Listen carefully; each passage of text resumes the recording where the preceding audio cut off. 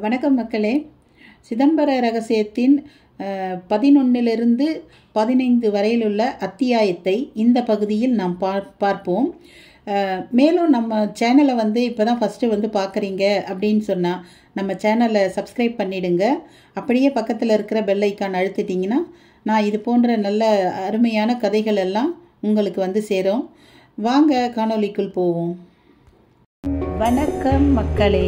மகிமாவின் தமிழாற்றுப்படைக்கு உங்களை அன்புடன் வரவேற்கிறேன். வாருங்கள் காணொளிக்குள் செல்வோம். அத்தியாயம் 11. பக்திக்கு பின் உள்ள மகத்துவம் நான், முக்திக்கு முன் உள்ள தத்துவம் நான்.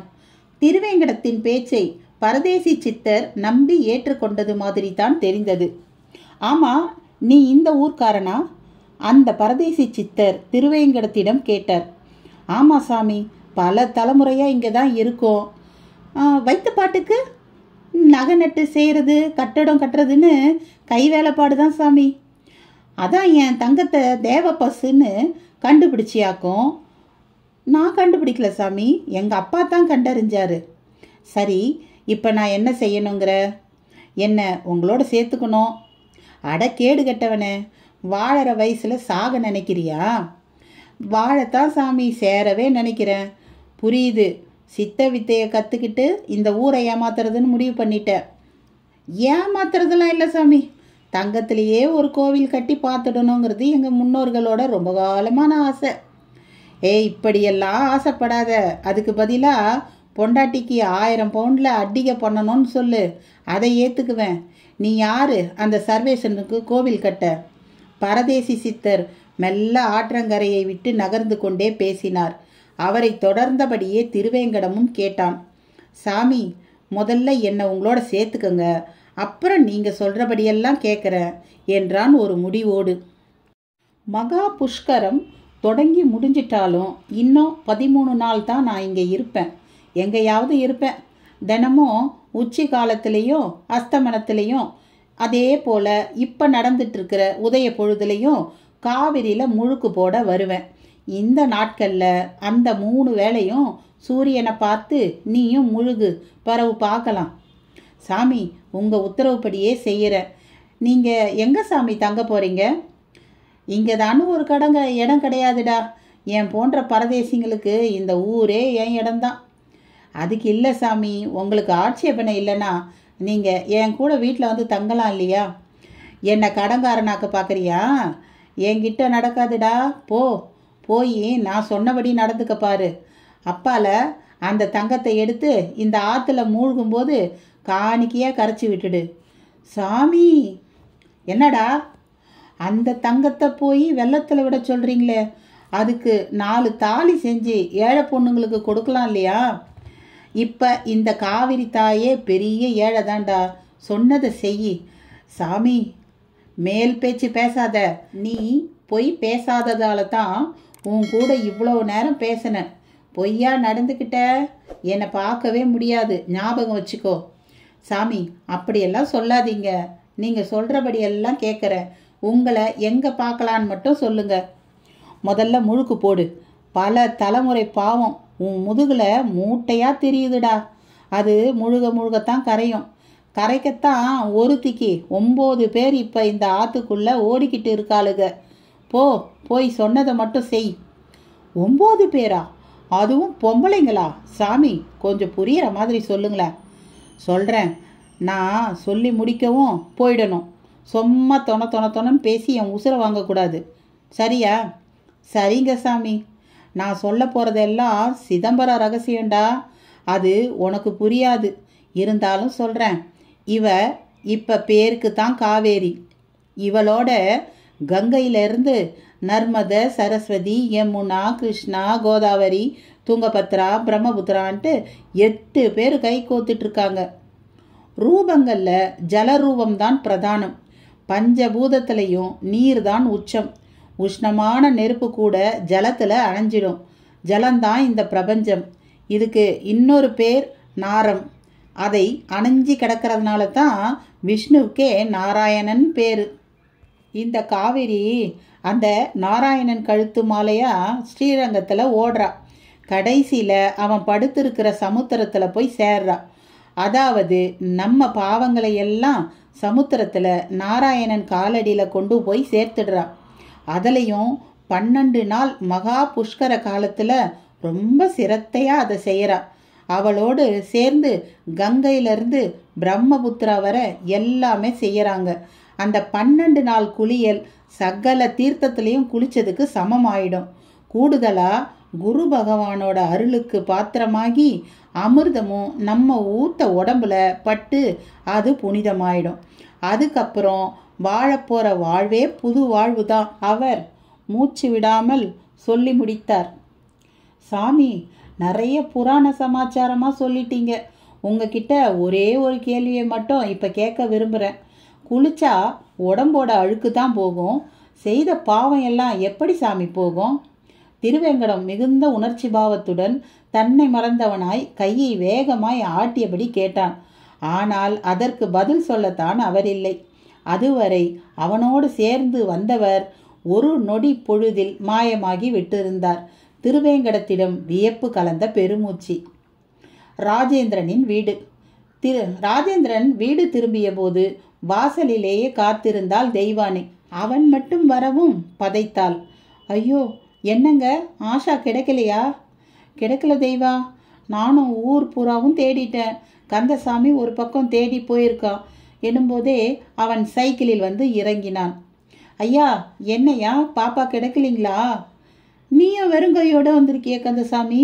இது அந்த நிர்வாண சாமியார் வேலை தான். இதுக்கு மேலே நாம் தேடிக்கிட்டு இருக்கிறதெல்லாம் வேஸ்ட்டு. போலீஸில் புகார் கொடுக்க வேண்டியதுதான். புறப்படு வேகமானான் ராஜேந்திரன். தெய்வானை கண்களில் கண்ணீர் வழிந்தது. கந்தசாமி தன் சைக்கிளை நிறுத்தி விட்டு வந்து காரில் ஏறப்போன சமயம் குளித்து முடித்தவராய் முன்னிரவில் வந்து வெளியே திண்ணையில் படுத்த சிவபரதேசி எதிரில் வந்தார். நெற்றியில் விபூதி, உடம்பில் காய்ந்தபடி இருக்கும் ஈர ஆடை. வெறித்து பார்த்தார். சாமி, நீங்க தானே ராத்திரி திண்ணையில படுத்திருந்தது? அவரிடம் ஆமோதிப்பு. அப்புறம் உங்களை பார்த்தப்போ காணலையே சாமி, எங்க போயிட்டீங்க? இங்க என்னென்னமோ நடந்துடுச்சு. என்ன நடந்தது? எங்க வீட்டு மரப்பெட்டியில இருந்த ஏடுங்க அவ்வளவும் காணோம். கூடவே என் மகளையும் காணல. ஒரு நிர்வாண விபூதி சாமியார் வந்து என்னையும் என் பொண்டாட்டியையும் பார்வையாலேயே மெஸ்மரைஸ் பண்ணி மயக்கிட்டு எல்லாத்தையும் தூக்கிட்டு போயிட்டார். ராஜேந்திரனின் படபடப்பை கேட்டு கண்களை மூடி சற்று சலனமானார் அந்த சிவபரதேசி. பின், பதற்றப்படாதீங்க, உங்க பொண்ணுக்கு எதுவும் ஆகிடாது. அவ பாலா. நான் யூகித்தது சரிதான் என்றார். என்ன சாமி சொல்றீங்க? நேத்து ராத்திரி சொன்னதெல்லாம் ஞாபகம் இருக்கு தானே? எதை சொல்றீங்க? அந்த மரப்பெட்டியில இருந்த ஏடுகள் மதிப்பு மிக்கது. அதை நாகசித்தர் காவல் காத்துக்கிட்டு இருந்ததை சொன்னேனே. ஆமா சாமி, நல்ல ஞாபகம் இருக்கு. நான் கூட அந்த 5 தலை நாகத்தை ஒரு தடவைக்கு 2 தடவை பார்த்தேனே. நான் வரவும் அவர் விலகி போனார். நானும் அர்த்த ஜாமத்தில் காவிரி ஆத்துல நடந்த சித்த பூஜையில கலந்துக்க போனேன். அந்த இடைவெளியில தான் இந்த களவு நடந்திருக்கு. அப்ப அந்த நிர்வாணசாமி ஒரு அகோரியா தான் இருக்கணும். அகோரியா? பிணத்தை கூட சாப்பிடுவாங்கன்னு சொல்லுவாங்களே. ஆமா, அதுக்காக அகோரிகளை உடனே தப்பா நினைக்க வேண்டாம். அகோரியாகி வாழறது சாதாரண விஷயம் இல்லை. அகோரி வேறு, அந்த சிவன் வேறு இல்லை. என் மகளை தூக்கிட்டு போன அந்த அகோரிய அப்ப என்னன்னு சொல்றது சுவாமி? உங்க மக இந்த ஊருக்கு வந்து நல்லா குணமானதா கூட சொன்னீங்களே. ஆமா சாமி, பழையபடி நல்லா ஆகிட்டா. எனக்கு கூட பெரிய பிரமிப்பு தான். ஆனா இப்ப காணாம போய் எங்களை நிலக்குலைய வச்சுட்டாலே. மறுபடியும் சொல்றேன், பதற்ற வேண்டாம். காரணம் இல்லாமல் காரியம் இல்லை. உங்க மகளுக்கு சித்தம் கலங்கினதுல இருந்து இப்ப அவ காணாம போனது வரைக்கும் ஒரு தொடர்பு இருக்கு. நீங்க சென்னையை விட்டு இங்க வந்தது கூட ஒரு செயலால அல்ல. அது எல்லாமே தெய்வ சித்தம். சாமி, நின்று விபரமா பேச இப்ப நேரம் இல்லை. என் மனைவியை பாருங்க, கதி கலங்கி போய் நிக்கிறா. எங்களுக்கு எங்க மக வேணும். அந்த பெட்டியும் ஏடும் எக்கெடுகட்டும் போகட்டும். அப்படி சொல்லாதே, அதெல்லாம் தெய்வீக புதையல். உன் மகளும் முக்கியம், அதுவும் முக்கியம். எங்களுக்கு எங்க மகள் தான் முக்கியம். இப்படி ஆகும்னு தெரிஞ்சிருந்தா இந்த ஊருக்கே வந்திருக்க மாட்டோம். ஐயோ, பேசினது போதும், புறப்படுங்க. கடத்தினவன் அகோரின்னு வேற இவர் சொல்றாரு. நரமாமிசம் சாப்பிட்ற அவன் கையில நம்ம மகள்னா உடம்பே நடுங்குதுங்க என்று கலங்கினாள் தெய்வானை. பார்த்தீங்களா சாமி, என் மனைவி துடிக்கிறத. விலகுங்க, நாங்கள் போலீஸுக்கு போகிறோம். போங்க, நான் வேண்டான்னு சொல்லலை. ஆனால் போலீஸால் எதுவும் பண்ண முடியாது. எதுவும் பண்ண முடியாதா? ஆமாம், உங்களால் ஏதாவது பண்ண முடிஞ்சுதா? அவர் வெறிச்சு பார்க்கவுமே, மயங்கிட்டீங்களே. அதனால் இது கொஞ்சம் அமானுஷ்யமான விஷயம். இதை இன்னொரு அமானுஷ்யத்தால் தான் வெல்ல முடியும். அப்படின்னா என் கூட வாங்க. எங்கள் பரதேசி கூட்டத்துக்கே குருவாக ஒருத்தர் இருக்கார். இன்னும் பல சன்னியாசிகள் இப்போ இதே ஊரில் தான் இருக்காங்க. அவங்களால தான் உங்களுக்கு உதவ முடியும். சொல்லப்போனால் இந்த மண்ணில் பல அதிசயங்கள் நடக்க போகிறது தெரிஞ்சே நாங்கள் வந்திருக்கோம். ஒரு பக்கம் எங்களோட அன்றாட கடமைகள், மறுபக்கம் அதிசயங்களை ரசிக்க போகிறோம். அந்த சிவபரதேசியின் பேச்சு ராஜேந்திரனை தவிக்க செய்தது. தெய்வானை என்ன பதில் சொல்வதென்றே தெரியவில்லை. ஆனால் அவனிடம் ஏக வேகம். இல்லை சாமி, இங்கே அதிசயங்கள்னு சொல்கிற அவ்வளவு எல்லாம் பித்தலாட்டம்தான். எனக்கு இப்போ உங்களையெல்லாம் நினச்சாலே கோபந்தான் வருது. அந்த அகோரியை சிவனோட ஒப்பிட்டீங்க. சிவன் இப்படியா திருட்டுத்தனமாக குழந்தைய தூக்கிட்டு போவார்? பெட்டி வேணும்னா அதை தூக்கிட்டு போயிருக்க வேண்டியது தானே. என் மகளை எதுக்கு சாமி? ராஜேந்திரன் கொந்தளித்தான். அப்படியே போலீஸ் நிலையத்துக்கு புறப்பட்டான். அத்தியாயம் 12. வேதியர் வாழ்வில் வேதமும் நான், அரவாணியர் மேனியில் பேதமும் நான். போலீஸ் நிலையத்தை நோக்கி புறப்பட்டு விட்ட ராஜேந்திரனை அந்த சிவபரதேசி தடுக்கவில்லை. ஒரு சிறு பெருமூச்சோடு, சரி, உன் விருப்பம் போல செய் என்றவராய் அங்கிருந்து புறப்பட்டார். அதற்கு முன் ராஜேந்திரனின் பழங்கால வீட்டை சற்று தொலைவில் நின்று ஒரு பார்வை பார்த்தார். பட்டயக்காரர் வீடு என்று அந்த நாளில் வீட்டுக்கு பெயர். ராஜேந்திரனின் பாட்டன் வகையராக்கள் நாயக்கர் காலத்தில் நாயக்கர் அரண்மனையிலேயே பணியாற்றியவர்கள். குறிப்பாக ஊர் எல்லை நிர்மாணம், நன்செய், புன்செய், பொட்டல், மந்தை கணக்கு எல்லாம் இவர்களுக்கு அத்துப்படி. அதன் காரணமாக அளவீட்டு கருவிகளாக முழக்கோல், முறுக்கு கயிறு, கொக்கி கம்பி, மட்டப்பலகை என்று அந்நாளில் பயன்படுத்தியதை கொண்டே இந்த வீட்டையும் கட்டியிருந்தனர். எந்த ஒரு வீட்டின் வடதிசை மையத்தில் கூரை போல் சிவலிங்கம் முழுக்கு இருக்கிறதோ வீட்டுக்கு உரியவரே கட்டிய வீடு அது என்று அர்த்தம். சிவபரதேசியின் பார்வையில் அந்த சிவலிங்கம் தெரிந்தது. அது வெயில் மழையில் மருவி போய் சற்றே உதிர்ந்தும் காணப்பட்டது. அதையெல்லாம் பார்க்க அந்த பரதேசியின் முகத்தில் திரும்பவும் ஒரு ஆழ்ந்த பெருமூச்சு. போலீஸ் நிலையம். எஸ்ஐ இருக்கையில் குமரேசன் ராஜேந்திரனுடன் 1 முதல் 5ஆம் வகுப்பு வரை படித்தவன். ராஜி, குமரேசா, நீயா? அட, நீ எங்கப்பா இங்க? ஆமாம், நீ இன்னும் நம்ம ஊர்லேயேவா இருக்க? சென்னையில் ஏதோ டிஸ்பென்சரி வச்சு தொழில் பண்ணுறதால கேள்விப்பட்டேன். ஆமாம், அதான் உண்மை. ஆனால் நான் இப்போ ஒரு விஷயமா ஊருக்கு வந்திருக்கேன். வந்ததுலேருந்து ஒரே குழப்பம், தடுமாற்றம், பயம். முதல்ல உக்கார், நிதானமாக பதற்றம் இல்லாமல் என்ன நடந்ததுன்னு சொல்லு என்றதோடு பக்கத்தில் நின்றிருந்தவரை பார்த்து, நீங்கள் கந்தசாமி அண்ணன் தானே என்றும் கேட்டான் குமரேசன். ஆமாங்க சார், நல்ல ஞாபகம் வச்சிருக்கிறீங்களே. ஐயோ அண்ணன், சும்மா எப்பவும் போல் குமரேசன்னு பேரை சொல்லியே கூப்பிடுங்க. இந்த சாறு மோரெல்லாம் எதுக்கு? நீங்களும் உட்காருங்க. ராஜேந்திரா, சொல்லுப்பா, என்ன யோசனை? எப்படி ஆரம்பிக்கிறதுன்னு தெரியல. எதை சொல்லலாம், எது தேவையில்லைன்னு தெரியல.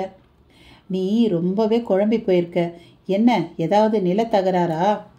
அதெல்லாம் இல்லை குமரேசா. சரி, நடந்ததை அப்படியே சொல்கிறேன். 3 நாளைக்கு முந்தி தான் நான் சென்னையிலிருந்து என் கார்லேயே நம்ம ஊருக்கு வந்தேன். இன்னைக்கு திரும்ப போயிருக்கணும். ஆனால் போக முடியாதது மட்டுமல்ல, என் ஒரே பெண் குழந்தையையும் காணோம். அவ ஒரு சிக் பேபி, ஆஷான்னு பேர். 12 வயசாகுது. அடடா, யாராவது கடத்திட்டாங்களா? இல்லை வெளியில் எங்கேயாவது போனப்போ மிஸ்ஸிங்கா? சந்தேகமே இல்லாமல் கடத்தல் தான். அதுவும் அந்த நிர்வாணமாக வந்த சாமியாரோட வேலையாக தான் இருக்கணும். நிர்வாண சாமியாரா? நம்ம ஊர்லையா? நான் அப்படி எதையும் பார்க்கலையே, யாரையும் பார்க்கலையே. இப்போ கூட காவிரி ரோந்து போயிட்டு தானே வந்தேன். நான் நடந்ததை அப்படியே சொல்கிறேன், அப்புறம் நீ ஒரு முடிவுக்கு வரலாம் என்ற ராஜேந்திரனும் ஆதியோடு அந்தமாக எல்லாவற்றையும் சொன்னான். வரிசையாக நடந்தவைகளை சொல்லி முடிக்க கிட்டத்தட்ட 20 நிமிடங்கள் ஆகிவிட்டிருந்தன. குமரேசன் முகத்தில் ஒருவித உறைந்த தன்மை. என்ன குமரேசா, நான் சொன்னதை நம்ப முடியலையா? எதை வச்சு நம்புறது? மற்ற விஷயங்கள் கூட பரவாயில்ல, ஆனால் 5 தலை பாம்பை பார்த்தேன்னு சொன்ன பாரு, அதை தான் என்னால் ஜீரணிக்கவே முடியலை.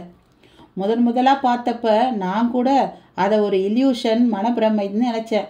ஆனால் ஒரு தடவைக்கு 2 தடவை இல்லை 3 தடவை பார்த்தேன். நான் மட்டுமில்ல, தோ இந்த கந்தசாமியும் தான். ஆமாம் தம்பி, சார் சொல்கிறது பொய் இல்லை.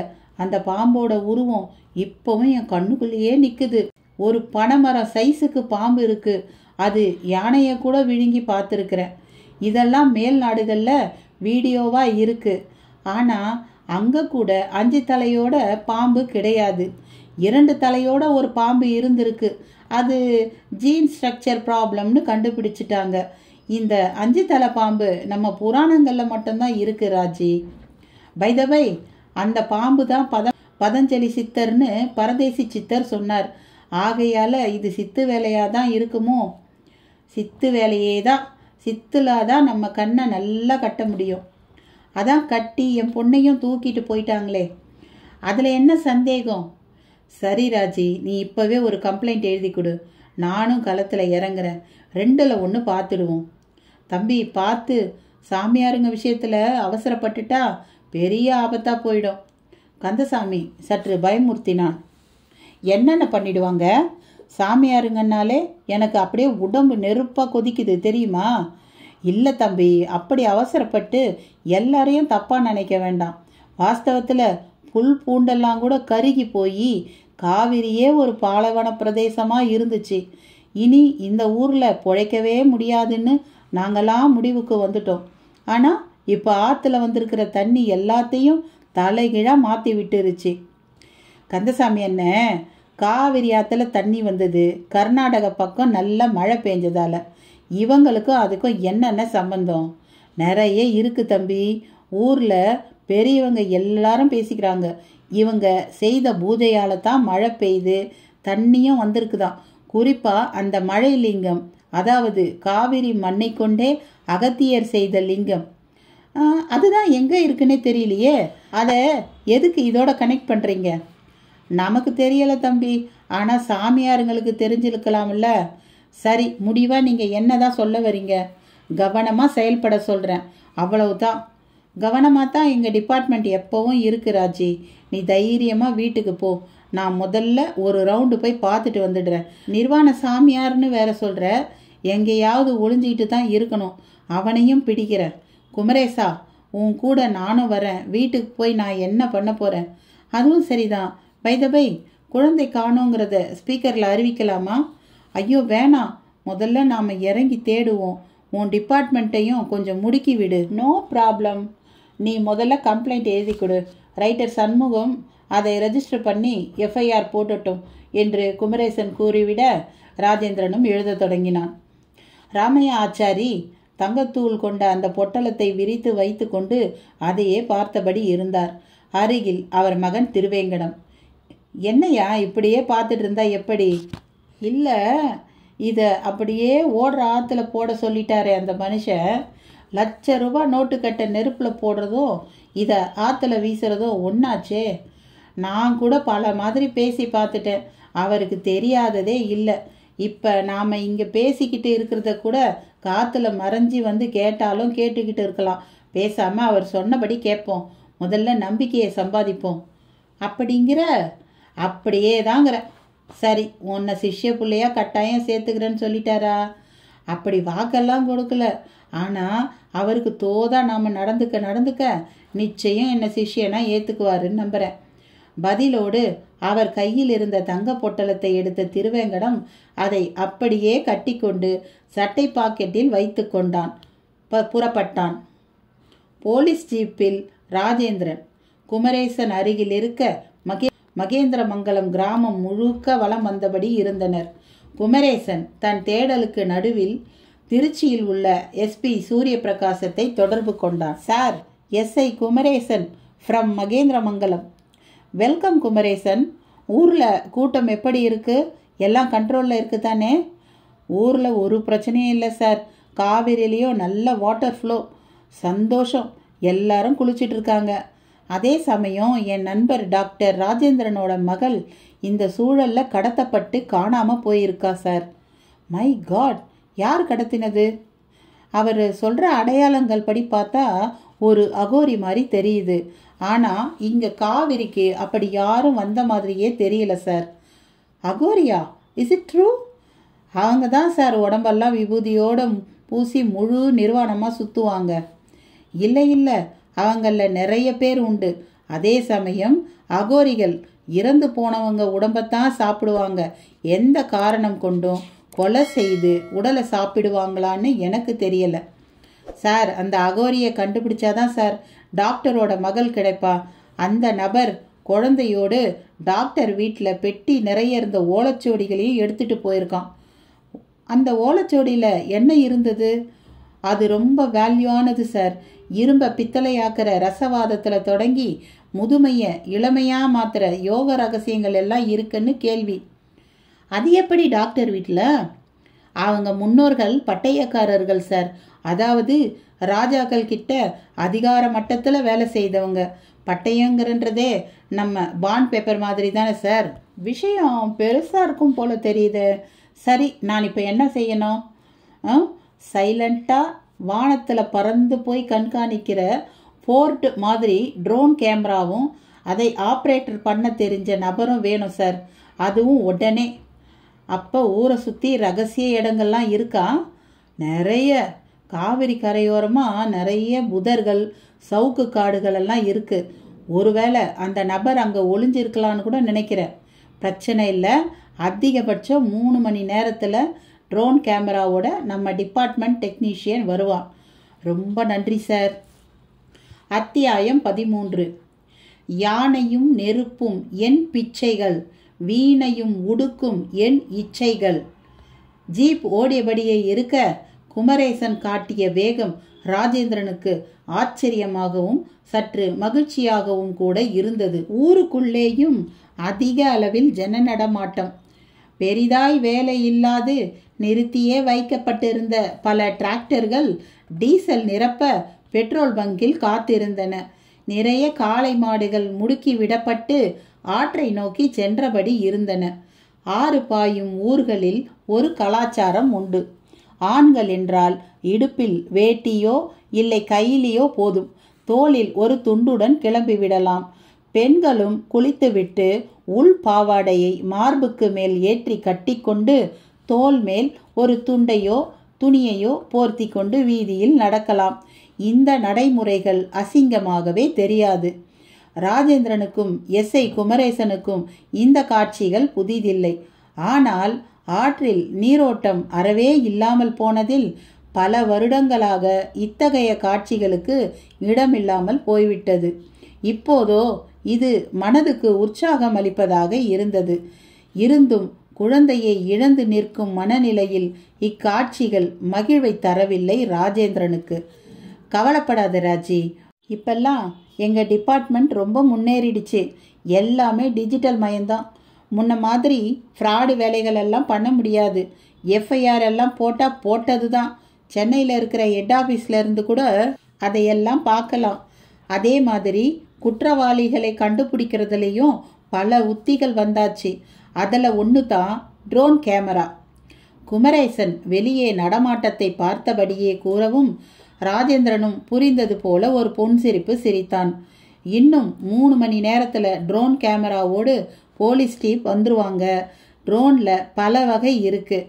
கருவண்டு மாதிரி பறக்கிறதுல இருந்து பொது நிகழ்ச்சிகளில் பயன்படுத்துகிறாங்களே குட்டி ஹெலிகாப்டர் மாதிரி, இப்படி பல ரகம். இப்போ வரப்போகிற ட்ரோன் அநேகமாக குருவியாகவோ இல்லை வண்டாகவோ தான் இருக்கும். 15 கிலோமீட்டர் சுற்றளவுக்கு 3 மணி நேரம் பறக்கும். 10 மீட்டர் உயரத்தில் இருந்து 100 மீட்டர் உயரம் வரை அப்சர்வ் பண்ணும். நாம உட்கார்ந்த இடத்துல இருந்தே மானிட்டர்ல காட்சிகளை பார்க்கலாம். நன்றி குமரேசா, நிஜமா இப்ப எனக்கு நீதான் பெரிய ஆறுதல். எனக்கு போலீஸ்னாலே அலர்ஜி. நியாயமா ஒரு சின்ன விஷயத்துக்கு கூட பெருசா முயற்சி செய்ய வேண்டியது இருக்கும். ரொம்ப தயங்கித்தான் ஸ்டேஷனுக்கே வந்தேன். உன்னை பார்க்கவும் ஏதோ நம்பிக்கை. அது என்னவோ வாஸ்தவம் தான் ராஜேந்திரன். நாங்களும் பெரும்பாலும் நல்லவங்களோட பழக முடியறதே இல்லை. இந்த கிரிமினல்ஸ், கேப் மாதிரி, மொல்ல மாதிரி, குடிகாரங்கன்னே பார்க்குறோமா, அவங்க பாதிப்பு எங்ககிட்ட எப்படியோ வந்து ஒட்டிக்கிட்டுது. சாரி குமரேசா, நான் இப்போ ஜோவியலாக பேசுகிற நிலையில் இல்லை. எனக்கு மகள் ஞாபகமாகவே இருக்கு. என் மனைவியோட நிலை இன்னும் மோசம். தெய்வானை பற்றி சொல்லும் போதே அவளிடமிருந்து ராஜேந்திரனுக்கு அழைப்பு. கைபேசி சினுங்கவும் எடுத்து காதை கொடுத்தாள். என்னங்க, எங்க இருக்கிறீங்க? போலீஸோடு தேடிட்டு தான் நிற்க தேவானு. இங்கே நான் கொல்லப்புறமாகவும் பக்கத்தில் மற்ற இடங்களுக்கும் போய் தேடினதில் ஒரு இடத்துல பலி கொடுத்த மாதிரி நிறைய ரத்தமும் கோழியும் இருந்ததுங்க. விபூதி குங்குமெல்லாம் செதறி கிடக்கு. இங்கே நம்ம ஆஷாவோட ஹேர் பேண்டு கிடந்தது. எனக்கு ரொம்ப பயமாக இருக்குங்க. கடவுளே, என்ன பண்ணுவேன்? இப்போ நீ அங்கேருந்து தான் பேசுறியா? ஆமாங்க, நம்ம வயல் காட்டோட ஈசானிய மூலையிலேருந்து பேசுகிறேன். என் கூட நம்ம வீட்டில் வேலை பார்த்த அங்கம்மாவும் இருக்காங்க. சரி, நீ அங்கேயே இரு. நானும் சப் இன்ஸ்பெக்டரும் இப்போ வரோம். எதுக்கும் பயப்படாத. நமக்காக போலீஸ் டிபார்ட்மெண்ட் பெரிய ஸ்டெப் எடுத்திருக்காங்க என்றபடி குமரேசனை பார்க்க போலீஸ்கார டிரைவரோ ராஜேந்திரன் காட்டும் வழியில் ஜீப்பை செலுத்த தொடங்கினார். காவிரி ஆற்றில் நல்ல வெள்ளப்பெருக்கு. ஒவ்வொரு மணி நேரமும் ஒரு அங்குலம் என்று நீரோட்டம் கூடிக்கொண்டே வந்தது. கரையோரமாக மனித கூட்டம். அக்கம் பக்கம் கிராமங்களிலிருந்து வண்டி கட்டி கொண்டெல்லாம் வந்தனர். முழுமையாக ஒரு நாள் கூட ஆகிடாத நிலையில் ஆற்றோரம் கட்டில் போட்டு அதன் மேல் வாழைப்பழத்தார்களை விரித்து வைத்து ஒரு கூட்டம் வியாபாரத்தில் இறங்கிவிட்டிருந்தது. சிலர் தேங்காய் பழக்கடை போட்டிருக்க, வெளி கிராமத்தில் இருந்து வந்த பலர் தேங்காயை வாங்கி ஆற்றில் இறங்கி குளிக்கும்போது தலையை சுற்றி அதை ஓடும் நீரில் போட்டுவிட மிதந்து செல்லும் அதை உள்ளூர் வேலையில்லா பட்டதாரி பட்டாளம் பாய்ந்து சென்று தங்கள் வசப்படுத்த திரும்பவும் அந்த தேங்காய் கடை போட்டவர்களிடமே பாதி விலைக்கு வந்து நின்றது. இவ்வளவு வேகமாய் ஒரு ஐதீகத்தை யார் சொல்லிக் கொடுத்தார்கள் என்பதுதான் புரியாத புதிர். அந்த சூழ்நிலையில்தான் திருவேங்கடமும் ஆற்று பக்கம் வந்திருந்தான். அவன் சட்டை பாக்கெட்டில் அதே தங்கத்தூள். அதிவேகமாக ஓடிக்கொண்டிருக்கும் காவிரி ஆற்றுக்குள் அதை போடுவதை நினைத்து பார்க்கவே கஷ்டமாயிருந்தது அவனுக்கு. ஆற்று சூழலை ஒரு பார்வை பார்த்தான். கண்ணுக்கு எட்டிய தூரத்துக்கு நீரின் விரிந்த பாய்ச்சல். நேற்று வரை மணல்வெளி, இன்று வெள்ளக்காடு. இயற்கையால் மட்டுமே இப்படியெல்லாம் அற்புதம் செய்ய முடியும். மக்களிடம் பெரும் மாற்றம். ஆற்றோரமாய் நிறைய தென்னை மரங்கள். அவை கூட அப்பாடா இப்போதைக்கு பசியாது இருக்கும் என்பது போல மட்டைகளை விசிறிகளாக்கி கொண்டிருந்தன. திருவேங்கடமும் நாலாபுரமும் பார்த்தான். ஒரு சித்தர் சந்நியாசியை கூட காண முடியவில்லை. எல்லோரும் கிராமத்து ஜனங்களே. இப்படி ஒரு நிலையில் ஆற்றில் தான் அந்த தங்கத்தை போடுவது போல் பொய்யாக நடந்து கொண்டாலும் தப்பில்லை என்று தோன்றியது. அவன் அப்பா ராமையா ஆச்சாரி சொன்னது போல ₹1,00,000 மேலானது அது. அதோடு ஆற்றுக்குள் இறங்கினான். ஆற்றில் மஞ்சளை கரைப்பது போல் இதை கரைப்பதா என்று கலக்கமாகத்தான் இருந்தது. நெடுநேரம் வரை மனமே வரவில்லை. இடுப்பளவு தண்ணீரில் நின்றபடி நீரோட்டத்தின் இழுவையை உணர்ந்தான். காலடி மண் அரிப்பட்டு அரிப்பட்டு உடம்பு நகர்ந்தது. தொடர்ந்து நிற்க சிரமமாகவும் இருந்தது. பின்னால் ஓர் அகோர அழுக்குக்காரர் குனிந்து நிமிர்ந்து வாயால் நீரை உமிழ்ந்து அட்டகாசம் செய்தபடி இருக்க, அந்த தண்ணீர் அவனை கடந்தபோது அருவருப்பை உணர்ந்தான். எல்லாம் சில நொடிகள்தான். அதுதான் ஆற்றின் மாயம். இப்படி தயங்கி நின்று கொண்டிருந்தால் வேலைக்கு ஆகாது என்று தோன்றவும் பாக்கெட்டில் இருந்து பொட்டலத்தை வெளியில் எடுத்தான். உற்று பார்த்தான். பிரித்தான். தங்கத்தூள் தகதவென மின்னியது. அதை அப்படியே தண்ணீரில் கவிழ்த்தான். அந்த தூளின் ஒவ்வொரு பொட்டும் போன இடம் தெரியாதபடி கரைந்து போயிற்று. பெருமூச்சு வந்தது. திருவேங்கடத்தை ஆட்கொண்டது. கூடவே ஏதோ பெரிய காரியத்தை துணிச்சலாக செய்துவிட்ட நினைவும் எழுந்தது. அப்படியே ஒரு முழுக்கு போட்டவன், சாமி என்னை ஏமாத்திடாதீங்க என்றபடியே திரும்பி நடந்தான். ஈரம் சொட்ட சொட்ட கரை ஏறியவன் சட்டையை கழற்றி பிழிந்து அதையே உடம்பை துவட்டவும் பயன்படுத்திவிட்டு அப்படியே வேட்டியை அவிழ்த்து பட்டாப்பட்டி அன்றாயர் தெரிய நின்றபோது, என்னவ ஒரு வழியா நான் சொன்னபடி செஞ்சிட்ட மாதிரி தெரியுத என்று குரல் கேட்டாள். திரும்பி பார்த்தான். அவன் தேடிய அதே சித்தர். சாமி வந்துட்டீங்களா? நான் எங்கே போன வர்றதுக்கு? இறங்கும்போது பார்த்தனே, அப்போ காணலையே. அதெல்லாம் ஒரு கண் மட்டுமே, ரகசிய சமாச்சாரம். இங்கே பெரிய வித்தக்கார சாமிங்கெல்லாம் வந்திருக்காங்க. அவங்க சேட்டைகளை பார்த்த இடத்துல உசுர விட்டுருவேன். சாமி, எப்படியோ உங்களை பார்த்ததில் ரொம்ப சந்தோஷம். பிறந்ததுலேருந்து இன்னைக்கு தான் நினச்சி பார்க்குற மாதிரி ஒரு காரியம் பண்ணியிருக்கேன். ₹1,00,000 மேலானதை ஆற்றுல என் கையால் போட்டுட்டேன். மனசே வரல. ஆனால் உங்கள் வாக்கு அப்படி போட வச்சிடுச்சு. அதை கேட்டு சிரித்தார் சித்தர். சரி சாமி, நான் அடுத்து என்ன செய்யணும்? திருவேங்கடம் கேட்டான். பொழப்ப பாரு. சாமி, என்ன சாமி? என் பொழப்பே இனி உங்கள் கூட தான் சாமி. உங்களுக்கு ஒத்தாசை பண்ணுறது தான். அப்போ என் காலை சுற்றின பாம்புங்கிற நீ? தப்பு சாமி, உங்கள் காலடியில் கிடக்கிற நாய். போக போகத்தானே அது தெரிய போகுது பாம்பா நாயான்னு. அப்படிலாம் சொல்லாதீங்க சாமி. உங்கள் சிஷ்யனா என்னை ஏற்றுக்கிட்டு சில வித்தைகளை கற்றுக் கொடுங்க. நானும் கொஞ்சம் பெரிய ஆளாக்கிறேன். உங்களுக்கு கோவில் கட்டி உலகமே கும்பிடுற மாதிரி செய்கிறேன். கோவில் கட்ட செங்கல்லும் சிமெண்ட்டும் போதும். உள்ள சாமியாராக உட்கார யோகியதை வேணுமில்ல? ஏன் சாமி, உங்ககிட்ட அது இல்லைன்னா சொல்கிறீங்க? திருவேங்கடம் யதார்த்தமாக கேட்டான். சித்த சந்நியாசி முகத்தில் பலமான மாற்றம். என்ன சாமி யோசனை? உன் கேள்வி என்னை யோசிக்க வைக்குதுடா. எனக்கு புரியல சாமி. நான் சாமி ஆகிறது அவ்வளவு சுலபம் இல்லடா. அதுக்கு எனக்கு 8 வசப்படணும். ஆனால் இப்போதைக்கு 4 தான் வசப்பட்டிருக்கு. அது என்ன சாமி 8? சொன்னால் உனக்கு புரியாது, இருந்தாலும் சொல்கிறேன். அனிமா, மகிமா, கரிமா, லகிமா, பிராப்தி, பிரகாமியம், வசியம், ஈசத்துவம். இதெல்லாம் என்ன சாமி? அட்டமா சித்திடா, அட்டமா சித்தி. இப்போ ஞாபகம் வருது, புத்தகத்தில் படிச்சிருக்கேன். இது படித்து தெரிஞ்சுக்கிற விஷயம் இல்லை, பழகி தெரிஞ்சுக்கிற விஷயம். சரி சாமி, இதெல்லாம் உங்ககிட்ட இல்லைங்கிறீங்களா? இருந்தா நான் ஏண்டா இப்படி இருக்கிறேன்? இப்போ உங்களுக்கு என்ன குறை சாமி? இந்த ஊத்த உடம்ப துறக்க முடியலடா.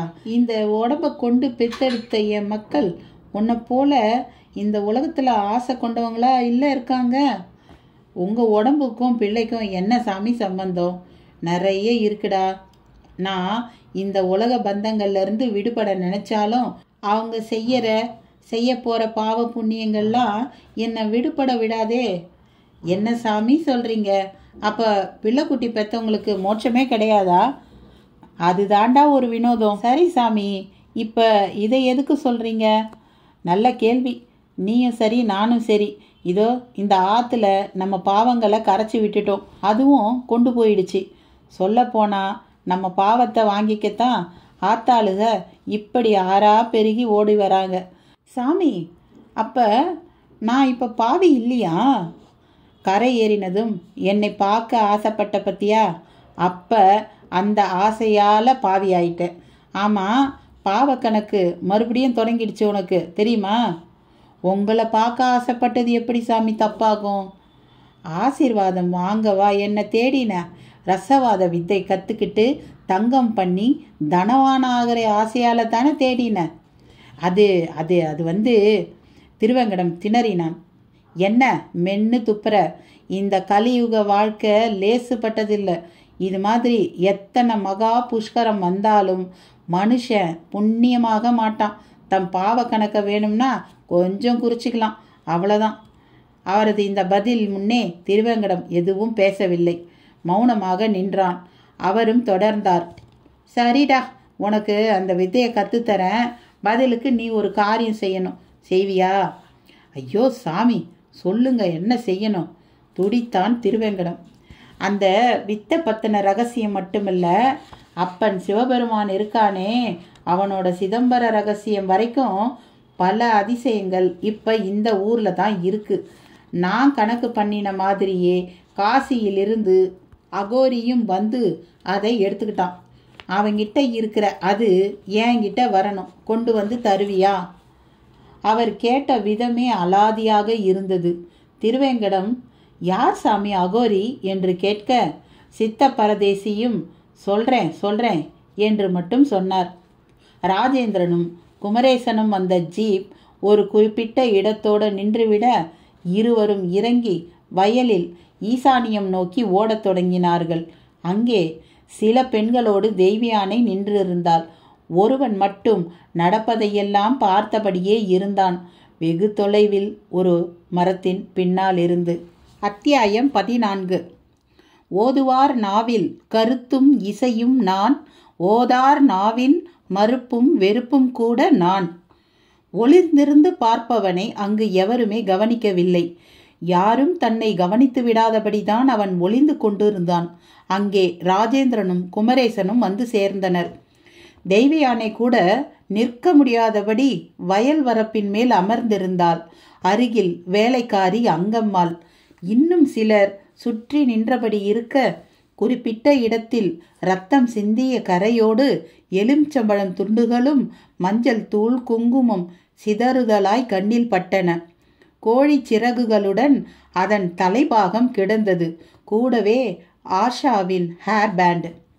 ராஜேந்திரன் வரவும் தேவயானை அவனை கட்டி கொண்டு நின்றாள். உடம்பில் நடுக்கம். குமரேசன் சூழலை கூர்மையாக பார்த்த நிலையில் தன் செல்போனில் அந்த காட்சியை பதிவு செய்து கொண்டான். அப்போது ராஜேந்திரனும், இவர்தான் எஸ்ஐ குமரேசன், என் பாலிய சிநேகிதன், இதே ஊர் என்று தேவயானிக்கு அறிமுகம் செய்ய தொடங்கினான். செல்போன் கேமராவை சுற்றி கொண்டிருப்பவர்களையும் படம் பிடித்து கொண்டான் குமரேசன். பின் இரத்தக்கரை படிந்த மண் திட்டை எடுத்து பாக்கெட்டில் இருந்த பாலித்தீன் கவர் உள்ளே போட்டு கொண்டான். ராஜேந்திரன் ஏறிட்டான். தப்பா ஏதோ நடந்திருக்கு, இல்லை நடக்க போகுதுன்னு தோணுது ராஜேந்திரா என்ற குமரேசனின் கருத்து தேவியானை வயிற்றை கலக்கியது. சார், வேகமாக ஆக்ஷன் எடுங்க சார், எங்களுக்கு ஒரே குழந்தை சார். தேவியானை நடுங்கும் குரலோடு பேசினாள். எல்லாமே வேகமாதாம்மா நடந்துட்டுருக்கு. இந்த ஊருக்கு நான் வந்து சார்ஜ் எடுத்து 6 மாதத்துக்கு மேலே ஆச்சு. கள்ளச்சாராய கேஸும் நிலத்தகராறு மட்டும்தான் வரும். இப்படி வினோதமாக சாமியாருங்க, பலி, பூஜை அப்படிங்கிற விஷயம் எனக்கு ரொம்ப புதுசு. விஞ்ஞானம் எவ்வளவு வளர்ந்தாலும் ஒரு பக்கம் அடங்காமல் இந்த மாதிரி விஷயங்களும் நடக்கிறது தான் எனக்கு புரியவே மாட்டேங்குது. குமரேசன் பேச்சோடு பேச்சாக, சரி, இங்கே நீங்கள் எப்படி வந்தீங்க என்று தேவயானிடம் கூர்மையானான். வீட்டு பின்வழியாக தேடிக்கிட்டே வந்தேன். இது எங்கள் வயக்காடு. நேற்று வந்திருந்தோம். அதனால் ஒருவேளை ஆஷா இந்த பக்கம் வந்தாலோன்னு பார்க்க வந்தேன். ஓ, அப்போ உங்கள் வயக்காடு தானா இது? ஆமாம் குமரேசா, இதையும் வீட்டையும் விற்கத்தான் ஊருக்கே வந்தேன். நான் தான் ஸ்டேஷனில் வச்சே விவரமாக சொல்லிட்டேனே எல்லாத்தையும். ஆமாம், சரிதான். சரி, இப்போ போகலாமா? குமரேசன் கேட்க, ராஜேந்திரனும் ஆமோதிக்க அங்கிருந்து புறப்படத் தொடங்கினர். ராமையா ஆச்சாரி தீக்கங்குகளுடன் போராடி கொண்டிருந்தார். காற்றுமதி எடுத்து ஊதவும் தீக்கங்குகள் புகைக்கோடு போடுவதை விட்டு ஜொலிக்கத் தொடங்கின. அவைகள் மேல் ஒரு குழிக்கரண்டி, அதில் உருக்கிய நிலையில் தங்க குழம்பு. அந்த திரவத்தை கீழே ஏற்றுக்கொள்ள தயாராக வார்ப்பட அச்சுக்கள். தழும்ப தழும்ப தங்க குழம்பை அச்சில் ஊற்றவும் அது ஓடிப்போய் இடுக்குகள் எல்லாம் புகுந்து கொண்டு ஒரு வடிவம் எடுக்க தொடங்கியது. அப்படியே 1 மணி நேரம் விட்டால் போதும், இறுகிவிடும். அதன் பிறகு அச்சை விட்டு தட்டி எடுத்து மொரமொரப்பான அறம் கொண்டு மேலாக தேய்த்தால் அழுக்கும் கருப்பும் உதிர்ந்து போக மஞ்சள் வண்ணத்தில் மின்னும் தங்கம். அதற்காக அவர் காத்திருக்க தொடங்கிய நேரம், ஐயா என்றபடியே வந்து அந்த அறையின் கதவையும் தாழிடத் தொடங்கினான் திருவேங்கடம். அதுவே அவன் முக்கிய விஷயம் பேசப் போவதை சொல்லிவிட்டது. திருவேங்கடம் முகத்திலும் ஒரு உற்சாகம். என்னல, போன காரியம் பூவா தலையா? பார்த்தாலே தெரியலையாக்கும். பூதாயா. விபரமா சொல்லு, சாமியை பார்த்தியா? பார்க்காம அரை மனசா ஆற்றுல தங்கத்தை போட்டுட்டு கரை ஏறின, மனசே கேட்கல, குமிரிட்டேன்யா. நல்ல வேலை சாமி கண்ணில் பட்டாரு. பிறவு ஐயா என்னை தன்னோட சிஷியனாக சேர்த்துக்கிட்டார் ஐயா சாமி. பல லட்சம் கொடுத்து காலேஜில் சீட்டு வாங்குற மாதிரி ₹1,00,000 மதிப்புள்ள தங்கத்தை ஆற்றுல போட்டு இவர்கிட்ட சிஷியனாக சேர்ந்துட்டேனா. பலவலன்னு பேசாமல் உள்ளதை சொல்லுப்பா. சொல்கிறேன், நம்ம சாமிக்கு எல்லா சித்து வேலையும் தெரியாது போல, பாதி தான் தெரியுமா. அது என்னடா பாதி? அப்போ இவர் அறகுறையா? ஐயோ ஐயா, மெல்ல பேசுங்க, சாமி காதில் விழுந்துற போகுது. பாதி தான் தெரியும்னு நான் சொன்ன அர்த்தமே வேற. ஏதோ 8 விதமான சித்து வேலைங்க இருக்குதாமே. 8 வித சித்தா? ராமையா ஆச்சாரி தாடையை தடவ தொடங்கினார். வரிசையாக பேருங்களை கூட சொன்னாரியா. இம்புட்டு பெருசாக இருக்கிற நம்மால் கொசு கணக்காக சிரித்து போகவும் முடியுமாம்ல. அட ஆமாம், அனிமா சித்துன்னு அதுக்கு பேர். அதேதான். அதே மாதிரி மலை போல் பெருசாக முடியும், பஞ்சு போல் லேசாகவும் முடியும் அப்படின்னு வரிசையாக சொன்னார். அப்போது அதில் கூடு விட்டு கூடு பாயறதும் இருக்குதுல்ல? ஆமாய்யா, இருக்குதுய்யா. உங்களுக்கு தெரியுமா? நம்ம குடும்பத்தில் என் தாத்தா தான் இதுக்கெல்லாம் ஆசைப்பட்டு அந்த காற்று ஊதியை தூக்கி போட்டுட்டு அதான் இந்த தொழிலை மறந்துட்டு காட்டு பக்கம் போயிட்டார். அப்படியா விஷயம்? திருவேங்கடம், நமக்கு இப்போ தேவை தங்கம் செய்கிற ரசவாதம். அது இந்த சாமிக்கு தெரியும் தானே. அவருக்கு எல்லாம் சாதாரணம் ஐயா. இவர்கிட்ட இப்போ அந்த 8ல் 4 தான் இருக்கான். மிச்ச 4 இவருக்கு வசப்படணுமா. அது சரி, அது வசப்பட்டா என்ன, வசப்படாட்டி நமக்கு என்ன? நமக்கு தேவை ரசவாதம் தானே. அப்படி இல்லையா, அந்த 8 சித்தை பற்றியுமே ஏடுங்களில் இருக்காமே. கூடவே பல ரகசியங்களும் இருக்கான். அதில் ஒன்றா சிதம்பர ரகசியத்தை கூட சொன்னாருங்க ஐயா. என்னது, சிதம்பர ரகசியத்தையா? வாயை பிளந்தார் ஆச்சாரி. ஆமாயா, அந்த ரகசிய ஏடுங்க அவ்வளவும் அந்த ராஜேந்திரன் டாக்டர் வீட்டில் தான் இருக்குதான். நான் கூட 5 தலை நாகத்தை பார்த்ததா சொன்னேனே, அதே பாம்பு தான் ஏடுகளெல்லாம் காவல் காக்குதான். ஓ, அப்படி போகுதா கதை? அந்த ராஜேந்திரன் மாணிக்க வாசகர் பரம்பரையில் வந்தவங்கிறது சரியாக தான் இருக்குது. என்னையா சொல்கிறீங்க? மாணிக்க வாசகர் பரம்பரையா? யாரையா அவர்? திருவாசகம் பாடினவரை யாருன்னு கேட்குறியே. போகட்டும், மேற்கொண்டு என்ன சொன்னார்? எப்படியாச்சும் அந்த ஏடுகளை எடுத்துக்கிட்டு போய் அவர்கிட்ட கொடுத்தா போதுமா. இதை நான் செஞ்சால் சொர்ண ரகசியத்தை ஒரே ஒரு தடவை சொல்லி தருவாராம். அப்போவே நம்ம தேவைக்கு எவ்வளவு தங்கம் வேணும்னாலும் நாம் செஞ்சுக்கலாம். ஆனால் ஒரு தடவைக்கு மேலே சொல்லி தரமாட்டாராம். அதுக்கு பேரே ஏகாக்கிரம் அப்படின்னு சொன்னார். ஏகாக்கிரமா? ஒரே தடவைக்கு சமஸ்கிருதத்தில் அந்த பேர் ஏன் 2வது தடவை கூடாதான்? அதுக்கு பிரம்மா தான் காரணமா. அவர் தான் விஸ்வகர்மாவுக்கு சொல்லி தந்தாராம். விஸ்வகர்மா மையனுக்கு சொல்லி தந்தாராம். அதை திருட்டுத்தனமாக சித்தருங்க கற்றுக்கிட்டாங்களாம். அதனால் சாபம் மாதிரி ஒரு தடவைங்கிற கட்டுப்பாட்டை வச்சுருக்காங்களாம். எல்லாம் சரி, அந்த ராஜேந்திரன் வீட்டுக்கு போய் இவரால் ஏடுகளை எடுத்துக்க முடியாதாமா? உங்ககிட்ட என்ன இருக்குன்னு அதை செய்ய சொல்கிறாரு. அதான் அந்த 5 தலை நாகம் காவல் காக்குதுன்னு சொன்னேன்ல, அது காரணமாக இருக்கலாம். அந்த நாகத்தை உன்னால் என்னடா பண்ண முடியும்? நீ என்ன பாம்புகளை பிடிச்சி மேலே விட்டுட்டு விளையாடுற பாம்பாட்டி சித்தனா? கிட்ட போய் அதுகிட்ட கடிபட்டு துடிச்சு சாவ. ஐயா, ஒரே சமயத்தில் எப்படியா எல்லாத்தையும் பேச முடியும்? சொன்னதை சொன்னேன், காரணம் இல்லாமல் அவர் எதையும் சொல்லலையா. அந்த ஏடுங்களை பல பேர் தேடிட்டு இருக்காங்களாம். ஆனால் அகத்தியர் தவிர யார் வந்தாலும் தரக்கூடாதுங்கிறது டாக்டரோட வம்சத்து பெரியவங்க உத்தரவம். அப்பாவிடம் கிட்டத்தட்ட எல்லாவற்றையும் திருவேங்கடம் சொல்லிவிட்ட நிலையில் அவர் முகத்திலும் பலவித எண்ண ஓட்டங்கள். என்னையா யோசிக்கிறீங்க? திருவேங்கடம், நம்ம ஊருக்கும் காவிரியாத்துக்கும் நிறைய தெய்வீக சம்பந்தங்கள் உண்டு. அதில் குறிப்பாக ராஜேந்திரனோட முப்பாட்டன்மார்களுக்கு ஏகப்பட்ட தொடர்பு இருக்குது. புஷ்கரம் மாதிரி 6 சம்பந்தப்பட்ட விசேஷங்கள் நடக்கிறப்ப எங்கிருந்தெல்லாமோ சாமியார்களும் சித்தர்களும் நம்ம ஊருக்கு வருவாங்க. அவங்களெல்லாம் அந்த வீட்டில் தான் தங்கி சாப்பிட்டுட்டு போவாங்க. அவங்க வீட்டில் அகத்தியர் சாமி கும்பிட்ட லிங்கம் கூட இருக்குது. அதனால் அதுகிட்டயே நம்மளோட ஏடுகளும் இருக்கட்டும்னு பல சித்தர் சாமிங்க அவங்க கிட்ட ஒப்படைச்சிட்டு ஓடுற ஆற்றுல இறங்கி ஜலசமாதி ஆகியிருக்காங்க. ஓஹோ, அதனால தான் அவங்க வீட்டில் அவ்வளவு ஏடுகளும் இருக்கா? ஆமாம், அந்த ஏடுகளோட கூட அவங்க சமாதியாகி இருக்கலாம். ஆனால் அப்படி செய்யாமல் தங்களுக்கு தெரிஞ்சதை ஏட்டில் எழுதி அது உலகத்துக்கு தெரியணுங்கிறதுக்காகத்தான் ராஜேந்திரன் முப்பாட்டன்மார்கிட்ட கொடுத்து வச்சிருக்காங்க. அப்போ அவ்வளவும் சித்த ரகசியங்களாயா? நிச்சயமா. செத்த பிறகு உயிர் எங்கெல்லாம் போகுது, எப்படி எப்படி மறுஜன்மை ஏற்படுது, யாருக்கு ராஜயோகம், யாருக்கு சிறைவாசம், இப்படி பல கேள்விகளுக்கு அந்த ஏடுகளில் கூட விடை இருக்காம். சிதம்பர ரகசியமே கூட அதில் இருக்கிறதா நீ சொன்ன பத்தியா? ஆமாம், அதுதான் ரகசியத்துக்கெல்லாம் பெரிய ரகசியம். அந்த ரகசியத்தில் என்னையா புண்ணியம் இருக்குது? அது தெரிஞ்சால் இப்படி கேட்க மாட்டேன். ஒவ்வொரு சாமியாரும் சித்தரும் தெரிஞ்சிக்க ஆசைப்படுறது சிதம்பர ரகசியத்தை தான். சொர்ண ரகசியம் தெரிஞ்சால் தங்கம் கிடைக்கும், சிதம்பர ரகசியம் தெரிஞ்சால் என்ன கிடைக்கும்? இப்போ இந்த கேள்வி நமக்கு வேண்டாம். நமக்கு சொர்ண ரகசியன்ற ரசவாதம் பண்ணுற ரகசியம் தெரிஞ்சால் போதும். மிச்சத்தை புறவு பேசலாம். சரி, முடிவாக என்ன சொன்னார்? விபூதி மந்திரிச்சு கொடுத்தாரு. ஒரு தாயத்தையும் கட்டி விட்டுருக்காரு. 5 தலை நாகம் கிட்டேயே வராதான். ராஜேந்திர வீட்டுக்கு போய் ஏடுங்க கொண்ட பொட்டியை பத்திரமா இருக்குதான்னு பார்த்துட்டு வா.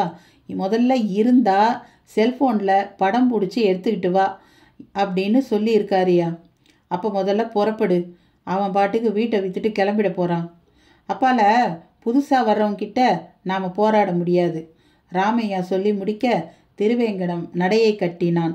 அதற்கு முன் மந்திரித்து தந்த விபூதியை எடுத்து பொறப்பொறவென்று நெற்றி நிறைய பூசிக்கொண்டான். பெட்டியை பார்த்தபடி இருந்தான் குமரேசன். அதில் அந்த நாளைய வேலைப்பாடுகள் உள்ளே இருந்து ஒருவித மூலிகை வாசம் வந்தபடியே இருந்தது. இந்த பெட்டியில் தான் ஏடுகள் இருந்ததா? ஆமாம் குமரேசா, கட்டுக்கட்டாக இருந்தது. அதில் என்ன எழுதியிருந்ததுன்னு தெரியுமா? தெரியாது, ஆனால் எல்லாமே விலை மதிப்பில்லாத ரகசியங்கள்னு ராத்திரி தங்கி இருந்த அந்த சிவபரதேசி சித்தர் சொன்னார். அவர் இப்போ எங்கே? தெரியலையே. உங்கள் வீட்டு பெட்டியில் ஏடுகள் இருக்கிறது அவருக்கு எப்படி தெரியும்? திண்ணையில் படுத்திருந்தவர் வீட்டில் பாம்பு நடமாட்டம் இருக்கா அப்படின்னு கேட்டார். நானும் 5 தலை நாகத்தை பற்றி சொன்னேன். அப்பப்போ அவர் தான் அந்த நாகந்தான் பதஞ்சலி சித்தர் அப்படின்னு சொன்னார். பெட்டியை பார்த்துட்டு ஜாக்கிரதையாக கவனிச்சிக்க சொன்னார். ராஜேந்திரன் குமரேசனுக்கு விளக்கம் அளித்தபடியே இருக்க வாசல் பக்கமாய் திருவேங்கடம் வந்து நின்றான். போலீஸை பார்த்த நிலையில் அவனிடம் அதிர்ச்சியோ அதிர்ச்சி. அத்தியாயம் 15. ஆகாய வெளிதனில் மேகமும் நான், லோகாய செயல்களில் மோகமும் நான். திருவேங்கடம் வந்து நிற்பதை ராஜேந்திரனும் பார்த்தான். கூடவே அவனை பார்த்துவிட்டு, அடடே திருவேங்கடம் நீயா என்று கேட்ட குமரேசன் முகத்தில் தடுமாற்றம். எல்லோரும் ஒரே ஊர் என்பதால் பரிச்சயங்களும் முன்பே இருப்பதால் மூவருமே ஒருவரை ஒருவர் மலங்க மலங்க பார்த்து கொண்டனர். என்ன திருவேங்கடம், இவ்வளவு தூரம் உன் முகத்தை பார்த்தாலும் ஒரு பதற்றம் தெரியுதே என்று குமரேசன் அடுத்து கேட்கவும் திருவேங்கடத்திடம் பதற்றம் அதிகமாக தொடங்கியது. சேச்சே, அதெல்லாம் ஒன்றும் இல்லை. வாசலில் போலீஸ் ஜீப் நிற்கவும் எட்டி பார்த்தேன், வேற ஒன்றும் இல்லை. சரி, ஏதாவது பிரச்சனையா? பிரச்சனை தான். ஆமாம், உனக்கு ராஜேந்திரனை தெரியும் தானே? ஓ தெரியுமே, அதுக்கு என்ன இப்போ? ராஜேந்திரனோட மகளை காணோம்ப்பா. நீயும் இதே ஊர் தானே? வழியில் எங்கேயாவது பார்த்தியா? குமரேசன் கேள்வி திருவேங்கடத்தை திகைக்க வைத்தது. என்னது, இவர் மகளை காணோமா? இப்போ நானும் அதை தானே சொன்னேன். என்ன இது கொடுமை? ஆமாம், நல்லா தேடி பார்த்தீங்களா? தேடிக்கிட்டே இருக்கோம். எல்லாம் ஒரு அகோரியோட வேலை. அவன் சிக்கினா அவ்வளவுதான். குமரேசன் முகத்தில் கோபத்தை காட்டிட எதிரில் பெட்டி திறந்து கிடந்தது. ஆமாங்க, இது என்ன பெட்டி திறந்து கிடக்க? பெட்டியில் இருந்ததை எல்லாம் கொண்டு போயிட்டான் அந்த அகோரி. ஐயோ, அவ்வளவும் விலை மதிப்பு மிக்க ஏடுகளாச்சே. அது எப்படி உனக்கு தெரியும்? குமரேசன் மடக்கவும் திருவேங்கடத்திடம் சற்று திணறல். தேவயானையோ அழுதபடியே இருந்தாள். இப்படியெல்லாம் நடக்கும்னு தெரிஞ்சிருந்தா நான் வந்திருக்கவே மாட்டேன். சொந்த ஊருக்கு வந்தோமா இல்லையா, மர்ம ஊருக்கு வந்திருக்கிறோமா அப்படின்னு என் மனசு கடந்து துடிக்குது என்று கண்ணீரை துடைத்து கொண்டாள். அப்போது ராஜேந்திரன் செல்லில் சென்னையிலிருந்து மருத்துவர் ஒருவர் பேசினார். டாக்டர் ராஜேந்திரன், நாளைக்கு ஆப்ரேஷனை கன்ஃபார்ம் பண்ணிடலாம் தானே? இல்லை டாக்டர், நான் நாளைக்கு சென்னை வரக்கூடிய நிலையிலேயே இல்லை. என்னாச்சு டாக்டர்? நீங்கள் இன்றைக்கே திரும்பிடுவேன்னு தானே சொன்னீங்க? அஃப்கோர்ஸ், நான் வந்த இடத்துல எதிர்பாராத விதமாக சில பிரச்சனைகள் டாக்டர். அப்போ நாளை மறுநாள் வச்சுக்கலாமா? இல்லை டாக்டர், நான் இப்போ இருக்கிற நிலையில் எப்போ திரும்புவேனே எனக்கு தெரியல. நீங்கள் வேறு டாக்டரை வச்சு ஆப்ரேஷனை பண்ணிடுங்களேன். அந்த டாக்டர் பதிலுக்கு என்ன சொன்னாரோ தெரியவில்லை. ஃபோனை முடக்கிய ராஜேந்திரன் பரிதாபமாக குமரேசனை பார்த்தான். அப்போது அவனுக்கும் ஃபோன். சார், ட்ரோன் கேமராவோட புறப்பட்டு வந்துட்டுருக்கோம். அரை மணி நேரத்தில் ஸ்டேஷனுக்கு வந்துடுவோம். Very good. மணி இப்போ 3 ஆகுது. இருட்டுறதுக்குள்ளே ட்ரை பண்ணி பார்த்துடணும். கமான் குயிக் என்று தனக்கான பதிலை சொல்லிவிட்டு ராஜேந்திரனிடமும், இன்னும் அரை மணி நேரத்தில் ட்ரோன் கேமரா வந்துடும். இந்த ஏரியாவை சல்லடை போட்டு சலிச்சு எடுத்துடலாம் என்றான். அப்போது திருவேங்கடம் பெட்டியை நெருங்கி அந்த பாம்பு உருவ செதுக்கலை தொட்டு பார்த்தபடி இருந்தான். அவன் செயலில் ஒரு தயக்கம். என்ன திருவேங்கடம், பெட்டியை தொட்டெல்லாம் பார்க்குற? பொக்கிஷங்கள் இருந்த பெட்டியாச்சே, அது மட்டுமா? 5 தலை நாகம்லாம் காவல் காத்திருக்கு. திருவேங்கடம் நாகம் பற்றி கூறவும் குமரேசன் ராஜேந்திரன் இருவரும் திகைத்து உனக்கு எப்படி தெரியும் என்பது போல் பார்த்தனர். அவனுக்கும் தன்னை மீறி உளறிவிட்டது புரிந்தது. அது அது அது வந்து இந்த பெட்டி இந்த பெட்டி பற்றி தான் ஊரில் பல பெருசுங்களுக்கு தெரியுமே. அதில் எங்கள் அப்பாவும் ஒருத்தர் இல்லை. அப்படியா? ஆமாம் குமரேசா. ஏன், உங்கள் அப்பா எதுவும் சொன்னது இல்லையா? இல்லையே. அது என்னவோப்பா, இந்த வீட்டையே சிவகடாட்சன்னு தான் எங்கள் அப்பா சொல்லுவார். அப்புறம் இன்னும் என்ன சொல்லுவார்? நம்ம ஊரில் காவிரி ஆற்று படித்துறையே விசேஷமானதாச்சே. எந்த வகையில்? இது வேதம் படிக்கிற ஊருங்கிறதால பௌர்ணமி ராவில் தேவதைகள் வந்து காவிரியில் குளிச்சுட்டு போவாங்களாம் முதல்ல. அப்புறம் தேவதைகள் வரும்போது சித்தர் சாமிங்க வரமாட்டாங்களாக்கும். அப்படி வரவங்களில் அகத்தியர் சாமியும் ஒருத்தராம். அவர் இந்த வீட்டுக்கு வந்து பால் பழம் சாப்பிட்டுட்டு போவாராம். இதை உன்னால் நம்ப முடியுதா? யாருமே நம்ப மாட்டாங்க. ஆனால் 5 தலை நாகத்தை ஒரு தடவை பார்த்துட்டா நம்பிடுவாங்க. நீ பார்த்துருக்கியா? இவ்வளவு நம்பிக்கையாக சொல்கிற? நான் திருவேங்கடத்துக்குள் வாழைத்தோட்டத்து காட்சி மனதில் முண்டியடித்தது. ஆனால் அதை சொல்லத் தொடங்கினால் எல்லாவற்றையும் சொல்ல வேண்டியது வரும். எனவே சமாளிப்பாக, இல்லை நான் பார்த்ததில்லை, ஆனால் எங்கள் அப்பா சொன்னால் சரியாக தான் இருக்கும் என்றான். சரி, உன் அப்பாவுக்கு இன்னும் என்னெல்லாம் தெரியும்? என்ன குமரேசா, ஏதோ குற்றவாளிகிட்ட கேட்குற மாதிரி கேட்குற? பைத்தியக்காரா, நான் போலீஸு, இப்படிலாம் தான் கேட்பேன். நீ சொல்கிற பதிலே எனக்கு சில க்ளூ கிடைக்கலாம். நானெல்லாம் 3ஆம் மனுஷன். இதோ ராஜேந்திரன் இந்த வீட்டுக்கே உரியவர். இவருக்கு தெரியாததையா நான் சொல்லிட போகிறேன்? ஆமாம் திருவேங்கடம், இப்போ நீ சொன்ன பல விஷயங்கள் எனக்கு தெரியாது. நான் இந்த ஊரில் பிறந்து வளர்ந்துருந்தாலும் 8ஆம் வகுப்புக்கு பிறகு திருச்சிக்கு போயிட்டோம். அப்புறம் சென்னையில் படிப்பு, அங்கேயே வேலைன்னு என் நாட்கள் போயிடுச்சு. நடுவில் அப்பா அம்மா பெரியப்பா மாமான்னு எல்லாரும் இறந்துட்டாங்க. என் வீட்டை பற்றியோ இந்த பெட்டியை பற்றியோ எனக்கு நிஜமாக எதுவும் தெரியாது என்ற ராஜேந்திரனை ஆச்சரியமாக பார்த்த திருவேங்கடம் அதற்கு மேல் எதுவும் பேசவில்லை. அதே நேரம் ஒரு அகோரி பெட்டியை கொள்ளையடித்ததோடு குழந்தையையும் கடத்திவிட்டான் என்பதையும் ஜீரணிக்க முடியவில்லை.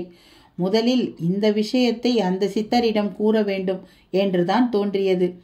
ஆனால் குமரேசன் அவனை விடுவதாக இல்லை. திருவேங்கடம், உன் அப்பாவை நான் பார்க்கணுமே என்றான். அவரை எதுக்கு பார்க்கணும்? அவருக்கு தான் அந்த கால விஷயங்கள் நிறைய தெரிஞ்சிருக்கே. எங்கள் அப்பாவை விட சிவன் கோயில் பற்றிருக்கு நிறைய தெரியும். அவர்கிட்ட கேளுப்பா. அதுக்கு முந்தி அந்த அகோரியை கண்டுபிடிக்கிற வழியை பாரு என்றபடியே திருவேங்கடம் புறப்பட தயாரானான். குமரேசா, அந்த சிவபரதேசி அவரோட குருநாதர்கிட்ட என்னை கூப்பிட்டாரு. அவரால் ஆஷா இருக்கிற இடத்த கண்டுபிடிச்சி சொல்ல முடியுங்கிற மாதிரி சொன்னார். ஆனால் நான் தான் அவங்க சங்காத்தமே வேண்டான்னு ஊங்கிட்ட வந்திருக்கேன் என்று ராஜேந்திரன் சொல்லவும் அதை கேட்டபடியே தான் திருவேங்கடம் வெளியேறினான். கவலைப்படாத, ட்ரோன் வந்துடட்டும், தேடி பார்ப்போம். காவிரிக்கு நடுவில் அந்த சவுக்கு தோப்பு இருக்குது, அங்கே கூட ஒளிஞ்சிருக்கலாம். அது நிச்சயம் காட்டி கொடுத்துரும். முடியாத பட்சத்தில் அந்த சாமியார்களையும் தான் போய் பார்ப்போமே என்ற குமரேசன், புறப்படு, ஸ்டேஷனுக்கு போகலாம். நாம் போகவும் அவங்க வரவும் சரியா இருக்கும் என்று கூற இருவரும் புறப்பட்டனர். தெய்வயானை அவர்கள் சொல்வதை மலங்க மலங்க கேட்டாள். அப்படியே செல்போன் திரையில் தெரிந்த ஆஷா படத்தை பார்த்தவளாய், கண்ணு எங்கடா இருக்க என்று விம்மினாள். அருகில் ஆறுதலாக அங்கம்மாள், அம்மா நான் சத்தியமாக சொல்கிறேம்மா, அந்த பாம்பை பார்த்தது இப்போவும் அப்படியே ஞாபகம் இருக்குது. அதே சமயம் அது கடிச்சு யாரும் செத்தது இல்லை. அது காவல் நாகம்மா. அது இருந்தவரை நடக்காத தப்பு அது வீட்டை விட்டு போகவும் நடந்துடுச்சேம்மா என்று அவளும் சேர்ந்து கொண்டாள். தெய்வயானையும் முதல் முறையாக அந்த பாம்பை அச்சமூட்டும் ஜந்துவாக நினைக்காமல் ஒரு தெய்வ சக்தியாக நினைக்க தொடங்கினாள். 5 தலை நாகம் நிச்சயம் எங்கும் போயிருக்காது, இங்கேதான் எங்கேயாவது இருக்க வேண்டும் என்று அவளுக்குள் ஒரு எண்ணம் தோன்றியது. அங்கம்மா, காலங்காலமாக காவல் இருந்த பாம்பு அப்படியா விட்டுட்டு போயிடும்?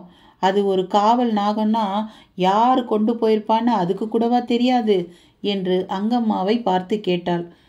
நீங்கள் என்னம்மா சொல்கிறீங்க? அந்த நாகம் நிஜம்னா அதுதான் பதஞ்சலி சித்தர் சாமினா என் ஆஷா இருக்கிற இடத்த கண்டுபிடிச்சு அது சொல்லணும். முதல்ல நான் பயந்தேன், இப்போ பக்தி செலுத்த போகிறேன் என்றவள் வேகமாக ஒரு விளக்கை ஏற்றி வந்து பெட்டியில் செதுக்கப்பட்ட நாகத்தின் பாகம் முன்வைத்து கண்களை மூடியவளாக உருக்கமாக பிரார்த்திக்க தொடங்கினாள். சுந்தரவாதியார் தென்னந்தோப்பில் காற்று விளையாடி கொண்டிருந்தது. குரங்கு கூட்டமும் நுழைந்திருந்தது. தோப்பு காவல்காரனும் அவனோடு இன்னும் சிலரும் கவன்கள் கொண்டு விரட்டினார்கள்.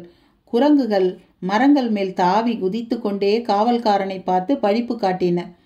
அதே தோப்புக்குள் நுழைந்திருந்த திருவேங்கடம் சித்தசாமியை தீர்க்கமாக நினைக்க தொடங்கினான். அவர்தான் அமைதியான ஆளரவமில்லாத இடமாய் பார்த்து தன்னை அழைப்பதாய் நினைத்தால் போதும், நான் வந்து விடுவேன் என்று கூறியிருந்தார். சாமி வாங்க சாமி, சீக்கிரம் சாமி, தப்பு தப்பாய் என்னென்னமோ நடக்குது சாமி என்று தனக்குள் சொல்லி கொண்டான். மிக தீவிரமாக அவன் குருவான அந்த சித்தருக்காக தவித்தான். அவ்வளவு நேரம் அவரோடு பேசியும் பெயரை கேட்காதது அப்போதுதான் ஞாபகம் வந்தது. சாமி வாங்க சாமி, சீக்கிரம் வாங்க சாமி என்று கண்களை மூடியபடி தியானிக்க அந்த நொடியில் அவன் தோள் மேல் ஒரு கை விழுந்தது. கண் விழித்தான். அவரேதான். சாமி வந்துட்டீங்களா? உனக்கு என்னாச்சே? என்னத்த சாமி சொல்லுவேன், ஒரு அகோரி வந்து பெட்டியில இருந்த ஏடுகளை எல்லாத்தையும் எடுத்துக்கிட்டதோடு அந்த வீட்டு பெண் குழந்தையையும் கடத்திட்டு போயிட்டான் சாமி. திருவேங்கடம் பளிச்சென்று சொன்ன நொடி, நாங்கள் நினைச்சது நடந்துடுச்சு என்றார் அவர் லேசான புன்னகையோடு. என்ன சாமி சொல்றீங்க? இப்படி நடக்கும்னு எதிர்பார்த்தோம், நடந்துடுச்சு. அவன் வந்துட்டான், அவ்வளவையும் அழிக்க பார்ப்பான். ஆனால் குழந்தைக்கு எதுவும் ஆகாது, பயப்பட வேண்டாம். எதை சாமி அழிக்க பார்ப்பான்? யார் சாமி அந்த அகோரி? சித்தாந்த ரீதியா ரொம்பவே வேறுபட்டவன், ரகசியங்களை அழிக்கிறதையே நோக்கமாக கொண்டவன். ஏன் அழிக்கணும்? எதனால் அழிக்கணும்? அதுக்கு முந்தி அகோரியை பற்றி நீ தெரிஞ்சுக்கணும். அது ஒரு உக்கிரமான மார்க்கம், சிவனை அடையிற வினோத வழிமுறை. என்னென்னவோ சொல்கிறீங்க, எனக்கு ஒரு ரகசியம் மட்டும் தெரிஞ்சா போதும். அதுலேயும் தங்கம் செய்கிற ரகசியம் தெரிஞ்சா போதும். அதையெல்லாம் அவன் அழிப்பான். உனக்குத்தான் எவ்வளோ ஆசை. இந்த ஆசைகளுக்குத்தான் அவங்க பெரிய எதிரி. போகட்டும், நான் உனக்கு ஒரு கட்டளை இடுறேன், அதை செய் என்றவர் எங்கோ குலைத்த நாயின் குரல் கேட்டு கண்களை மூடி ஏதேதோ முணுமுணுக்க தொடங்கினார். சில நொடிகளில் அந்த நாய் அவர் முன் வந்து நின்று அவரை ஏறிட்டது. என்ன மக்களே, இந்த 15வது அத்தியாயத்தோட இந்த பகுதி நிறைவு பெறுகிறது. இதன் தொடர்ச்சியான அடுத்த அத்தியாயங்கள் எல்லாம் அடுத்த காணொளியில் காண்போம். இந்த வீடியோ உங்களுக்கு பிடிச்சிருந்ததுன்னா லைக் பண்ணுங்கள், அப்படியே ஷேர் பண்ணுங்கள். வீடியோவை முழுமையாய் பார்த்த உங்கள் அனைவருக்கும் நன்றி. வணக்கம்.